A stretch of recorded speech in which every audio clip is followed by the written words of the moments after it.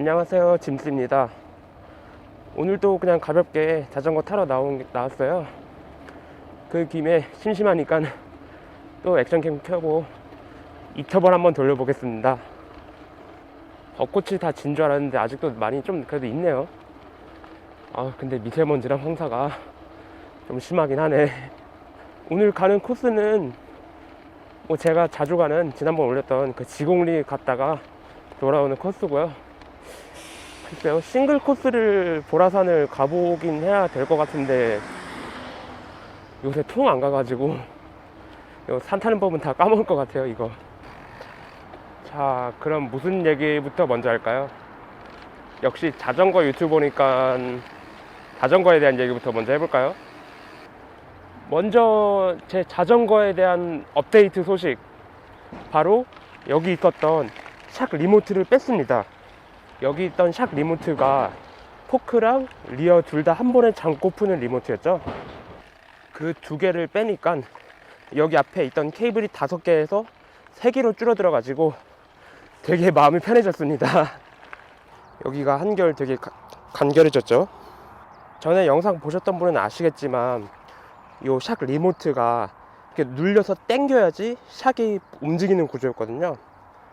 다시 장력을 풀면은 잠기는 구조고, 그래가지고 이 케이블을 빼기만 하면은 항상 샥이 잠기는 상태여가지고 어떻게 할까 고민을 했다가, 또 제일 좋은 방법은 여기다가 이제 손으로 잠고 하는 리모트를 달아가지고 하는 방법이었는데, 그거는 찾아보니까 비용이 꽤 많이 들더라고요.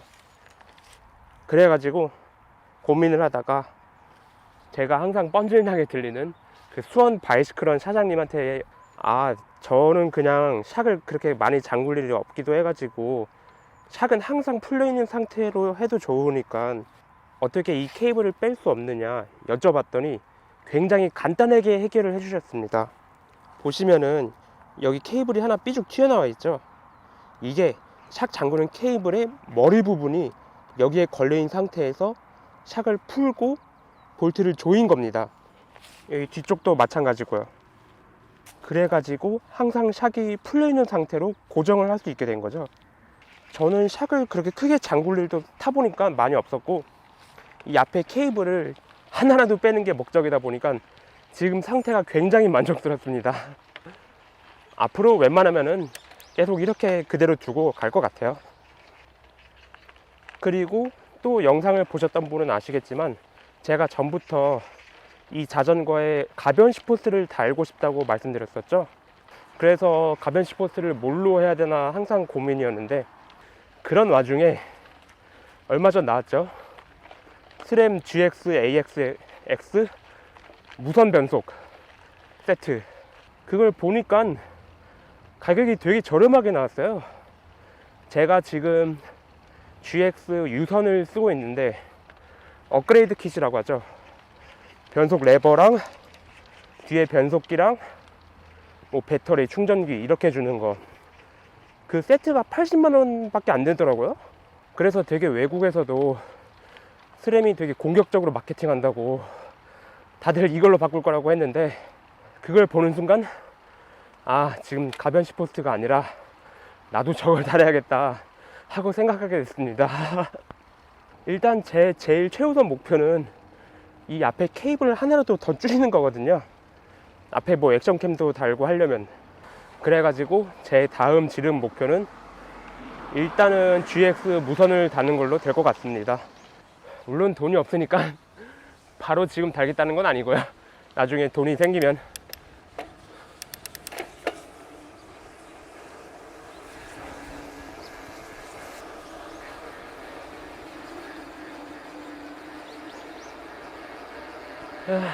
아이고 시원하다. 한 몇 주 전만 해도 뭐 최고기는 한 자릿수였던 것 같은데, 지난주였나? 비 오기 전에는 22도 찍고 한낮 기온이, 오늘도 꽤 쌀쌀할 줄 알았더니 벌써 지금 기온이 16도인가 그러더라고요. 벌써 자전거 타기 딱 좋은 계절이 왔습니다. 물론 미세먼지랑 황사는 빼고요.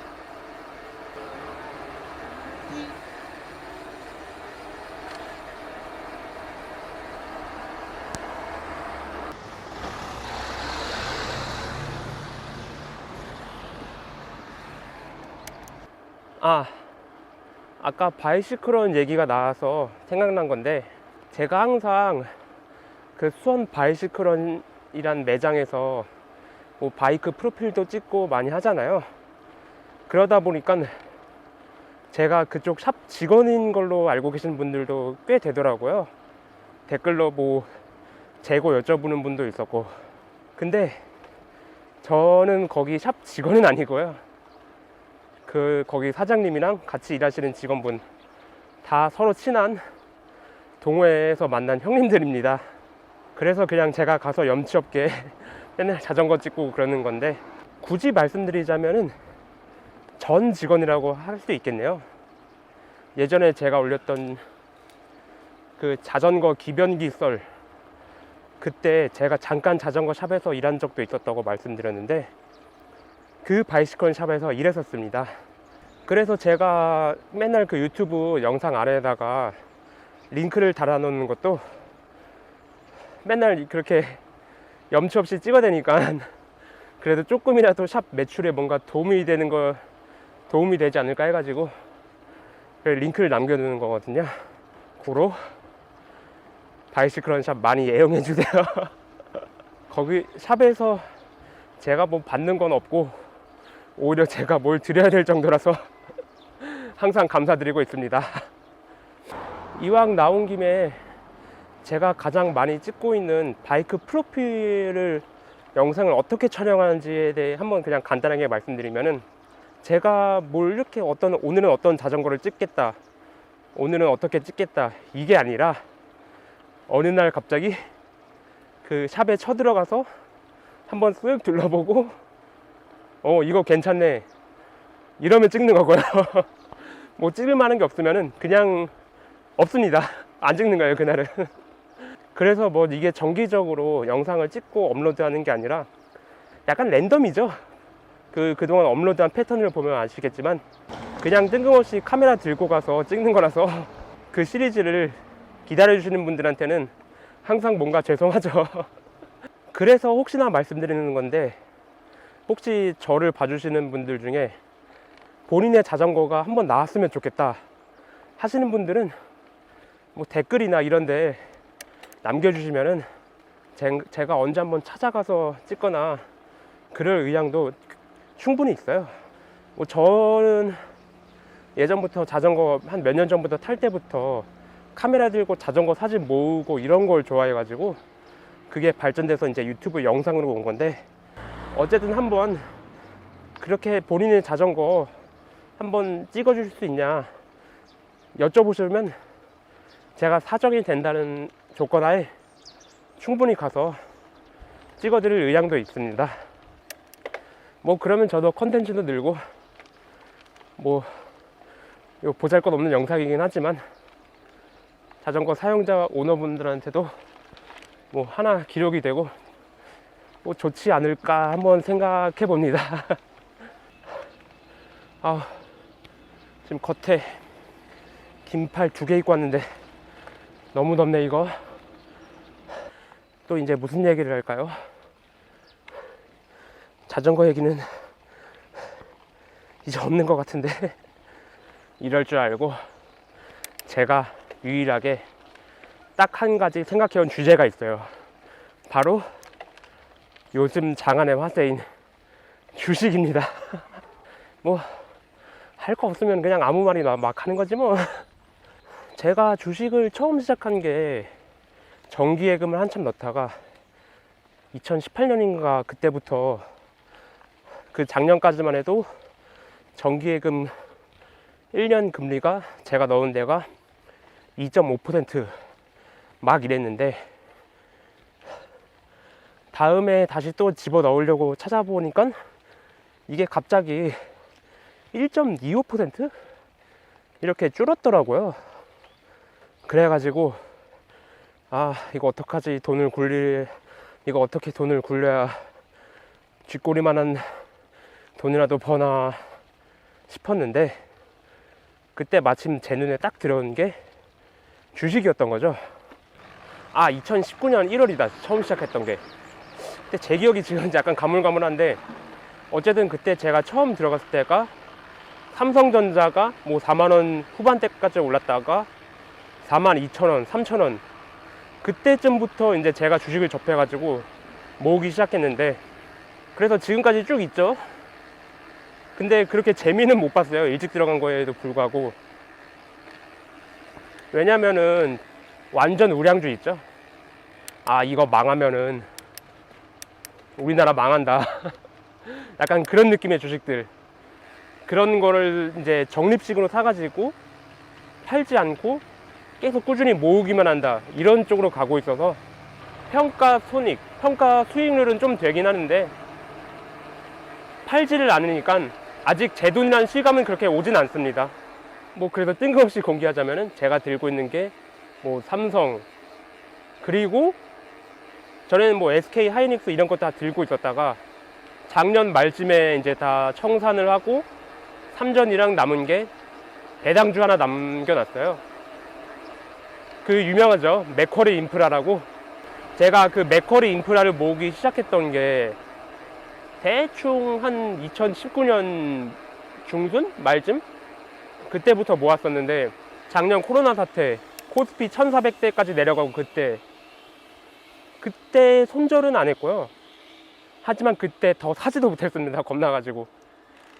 그래가지고 거의 한 반년간? 아니 반년도 아니지, 한 10개월간? 계속 마이너스였다가 그건 뭐 최근에 플러스로 돌아서긴 했네요. 어쨌든 주식을 해보는데, 물론 저는 돈을 벌고 이런 것도 뭐 경험이 된다 생각하는데, 그것보다도 좋았던 게 사회 공부가 되게 잘 되더라고요. 전에 관심도 없던 막 뉴스도 찾아보고, 뭐 경제 어떻게 돌아가는지 보고, 아, 뉴스에 이런 게 떴으면은 주식엔 어떤 영향이 있겠다. 반대로 주식은 상태가 이러이러한데 경제는 이러이러하구나. 그런 걸 좀 많이 공부가 되니까 재밌더라고요. 그래가지고 저는 아직 돈에 대해서는 잘 모르긴 하는데, 적어도 제 인생 사회 공부 이런 게 됐다는 거에서 주식을 했다는 걸 정말 참 잘한 일이라고 생각합니다. 오히려 너무 늦게 시작해가지고 조금 아쉬워요. 한 살이라도 더 어릴 때 빨리 시작할 걸. 얘기하다 보니 벌써 이제 지공리 쪽까지 거의 다 왔네요. 아, 요새 또 관심 소재, 자동차. 지난번 입터벌 영상에서 제가 운전 연습 한참 하고 있었다고 말씀드렸었죠. 지금도 뭐 여전히 연습 중이고 한데, 요새 같이 자동차 좋아하는 친구랑 얘기를 하면서 무슨 차를 사냐 이런 얘기만 주구장창 하고 있는데, 마침 지나가네요. 저 레이, 제가 전 영상에서 레이를 가장 사고 싶다고 말씀드린 적이 있었어요. 경차이면서도 실내도 되게 넓고 이런저런 경차 혜택도 다 받을 수 있고, 뭐 그리고 디자인도 제 기준으로는 되게 괜찮거든요. 근데 제가 작년 8월부터 오토바이, 그 스쿠터를 타고 다니면서 도로에서의 측풍이 얼마나 무서운지 좀 깨닫게 됐단 말이죠. 뭐 옆에 큰 차, 옆에 트럭 같은 거 지나가면 막 흔들리는 것도 그렇고, 고가도로 같은데 바람 불면 되게 무섭고, 그러다 보니까 그 레이의 디자인 때문에 차가 많이 흔들린다는 얘기를 듣고 좀 불안하긴 해졌어요. 특히 고속도로에서. 근데 또 제가 요새 운전을 많이 하고 다니다 보니까 분명히 싸돌아다니기 좋아하는 제 성격상 차가 생기면 진짜 엄청 여기저기 많이 다니게 될 거란 말이죠. 그러면은 레이가 일단 컨셉이 약간 시티카, 세컨카 이런 건데, 그렇게 장거리를 갈 때마다 좀 불안하겠다 싶어서 약간 좀 고민 중입니다. 그래서 그럼 다른 어떤 차가 괜찮으려나 하고 찾아보니까 요새 들어온 게 그 현대 베뉴 있죠?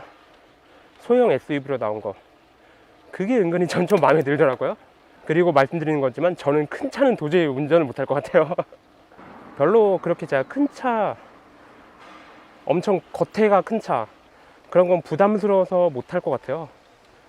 제 목표는 차 안에 자전거 앞바퀴만 빼고 들어갈 수 있는 그 차 정도면 된다고 생각을 하고 있어가지고, 그래서 그런 같은 의미로 제거하다 보니까 일반 세단 이런 것도 저는 좀 별로더라고요. 그건 실내 공간도 공간이고 앞이 너무 길어가지고 좀 많이 운전하기 어려울 것 같습니다, 저한테는.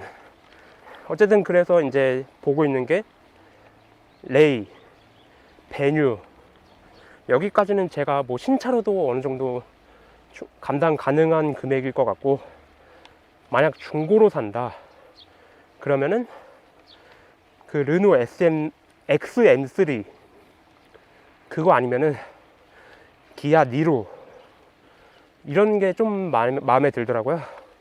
이것도 뭐 지금 바로 산다 이런 건 아니고 그냥 나중에 필요하게 될 때 그때를 생각하면서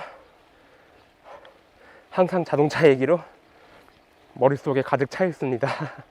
주식 대박 나라. 근데 지금 엄청 더워. 이제 반팔 반바지 입을 날도 얼마 아니지. 이미 입고 계신 분들 많을 것 같은데. 아휴, 얘기하면서 오다 보니까 시간도 빨리 가고 좋긴 한데 그만큼 목도 엄청 마르네요. 근데 내가 물통을 안 갖고 왔어. 아휴, 다 올라왔다. 뒤에 무슨 지게차가 오나 시끄럽네. 거의 나랑 비슷한 속도 같은데.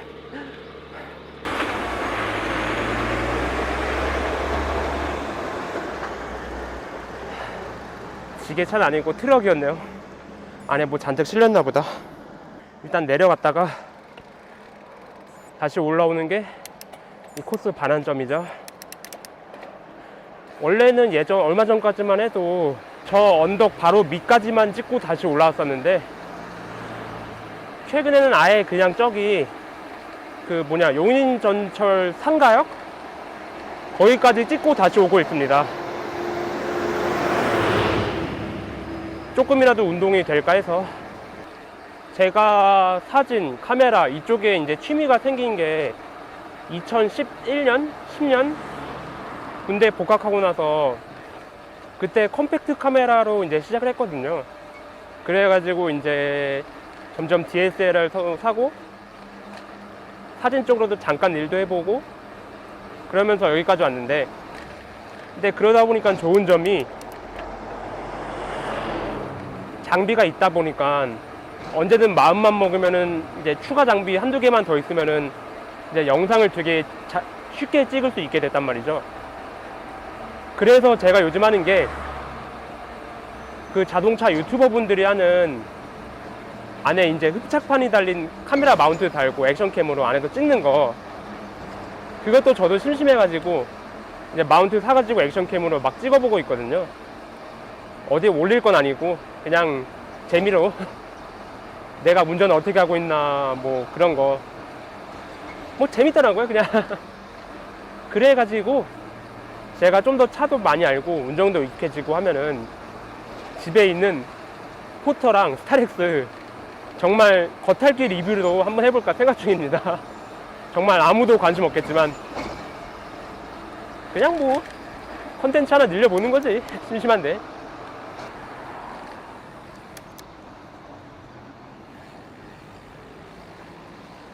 자, 여기까지만 하고 다시 돌아가죠. 앞에 차 때문에 멀리 가지도 못하겠다. 참고로 저희 집에 있는 포터가 15년식인가 그러고 이제 제 기억으로 12만 킬로미터인가 탔을 거예요. 스타렉스는 그것보다 좀 더 심해가지고 그게 아마 포터보다 더 일찍 산 걸로 알고 있는데 그건 28만 킬로미터였나? 아마 그렇게 탔을 거거든요. 그래서 이제 제목이 이렇게 올라가겠죠. 13만 킬로미터 탄 포터, 28만 킬로미터 탄 스타렉스 리뷰 한번 해보겠습니다. 아이고, 뭐 더 얘기할 거 없나. 즉흥적으로 뭘 끝내려고 하니까 이거 어렵네요. 더빙할 땐 대본이라도 써놓고 하는데. 유튜브용 영상을 찍으니까 유튜브에 대한 얘기는 한번 해볼까요? 제가 얼마 전 지난주쯤에 보신 분들은 아시겠지만 전에 업로드했던 영상을 다시 재업로드를 했어요. 제가 이거 타고 처음으로 이 몬드레이커 타고 처음으로 싱글 코스 갔던 영상이랑 그 영상을 올리고 2달 뒤에 올렸던 수원대학교 쪽 싱글 라이딩 단체 영상, 그걸 왜 다시 올렸냐면은 이게 카메라 지금 쓰고 있는 액션캠의 원본 영상은 화질이 되게 좋은데 그 영상이 뭐 720p도 아니고 이제 1080p 뭐 이런 정도의 화질, 괜찮은 화질인데 그 업로드만 하면은 특히 그 비트레이트가 급격히 높아지는 부분은 엄청 계단 현상이 심해가지고 좀 많이 불만이었는데, 어느 날 제가 아무 생각 없이 이것저것 뒤적거리다가 그 화질에 대한 해결법을 보게 된 거예요. 그게 보니까 1080p 영상을 인코딩을 할 때 1440p로 바꿔서 올리면은 이게 유튜브가 무슨 인식을 다르게 해가지고 코덱을 다른 걸 써서 인코딩을 한다고 하더라고요. 그래가지고 반신반의 하면서 다시 1440p로 인코딩을 하고 업로드를 해보니까 진짜로 화질이 좋아지는 거예요. 거의 원본 화질에 가깝게. 그래가지고 좀 많이 당황했습니다. 그래서 재업로드를 한번 해보고 괜찮으니까 이제 다른 것도 다시 재업로드를 한 건데, 다시 귀찮고 좀 그런 것도 있긴 했지만 화질이 괜찮아지니까 약간 마음의 부담도 덜어지고 또 다른 노하우를 발견하게 돼서 참 괜찮습니다. 뭐 그렇고, 유튜브에 대한 다른 이야기로 할 만한 건, 제가 원래 유튜브 영상을 잘 안 보다가 그러니까 따로 막 구독하고 이런 거 보는 거 잘 없었다가 저도 유튜브를 시작하면서 이제 약간 기호가 생겼는데, 제가 구독해서 주로 보고 있는 영상이 슈카월드, 그리고 한상기 오토프레스, 한상기님 거 자동차 리뷰 있죠? 그거랑 그 일상 자동차 여행 채널, 그리고 장진택님의 미디어 오토 띠링띠링 죄송합니다. 이걸 보고 있거든요. 저도 원래는 그런 유튜브 막 10분 넘어가고 이런 거는 잘 못 보고 안 보고 그랬었는데, 그 세 분 거는 진짜 제 취향에 뭔가 저격이라 그런지 20분짜리도 그냥 아무렇지도 않게 쭉 보고 있습니다, 요새. 뭐 슈카월드님 거는, 슈카님 거는 제가 주식 시작하기 전부터도 보고 있었고, 장진택님 거랑 한상기님 거는 차에 관심 생기면서 보기 시작했고, 저도 아저씨라 그런지 이런 말씀 드리면 좀 혹시나 그분들한테 신뢰가 될지도 모르겠는데 같은 아저씨들께 보기 좋더라고요. 뭔가 취향이 맞나 봅니다. 그리고 유튜브 말고는 트위치, 이거는 뭐 항상 아는 분들 거 보고 있고, 아휴, 다 올라왔다. 어느새 이제 내려가 볼까요? 가는 동안 각도가 제대로 돼 있어야 되는데 액션캠. 또 내려가니까 춥네.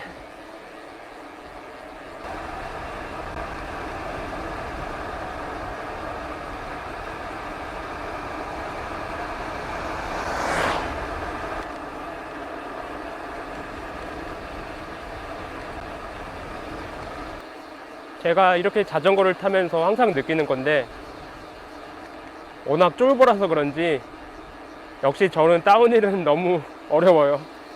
방금 같은 그런 다운힐 내려오는 것도 한 속도 40 넘어가기 시작하면은 되게 겁나거든요. 저는 이런 도로에서의 다운힐은 좀 많이 겁이 납니다. 거의 풀브레이킹 하고 내려온다고 보시면 될 것 같아요. 그래서 제가 사이클을 탈 때도 단체 라이딩을 이제 어느 순간부터 잘 못하게 됐는데, 그게 이제 다운힐에 대한 공포 때문에 좀 그렇습니다. 그래서 이제 MTB만 타고 있죠. 개인적인 느낌이라면은 뭐랄까, 약간 자전거의 그런 성능에 대한 신뢰가 그런 자전거의 다운힐 성능에 대한 신뢰를 잘 못하는 느낌? 물론 경험 차이도 있고요. 이게 어느 정도 속도에서 어느 정도 브레이킹을 하고 이런 걸 잘 몰라서 그러는 것도 있고, 어쨌든 뭐 굳이 앞뒤로 차 있거나 자전거 있거나 그런 거 아닌 이상 다운힐은 최대한 느리게 가는 편입니다. 안전한 게 좋죠. 이제 어려운 부분도 다 끝이고 돌아가는 길이네요. 지금 여기까지 13.5km 타고 왔으니까 집에 가면 약 20km 될랑말랑 하겠네.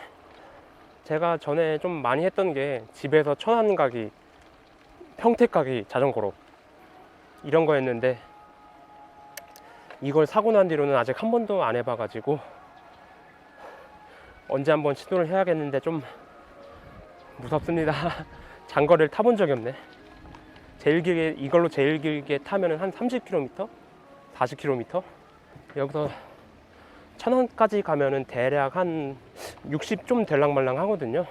날도 따뜻해졌는데 언제 한번 가봐야겠어요.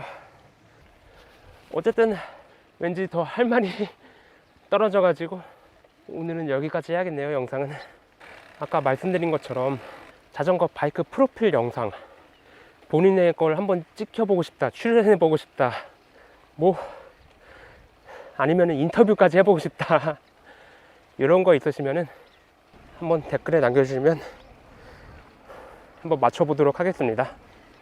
근데 저도 그런 걸 한 번도 시도해 본 적이 없어서 당연히 성사가 안 되고 그냥 얘기로만 그칠 수 있으니까 너무 기대하지 마시고요. 그럼 여기까지 찍도록 하겠습니다. 시청해 주셔서 감사합니다.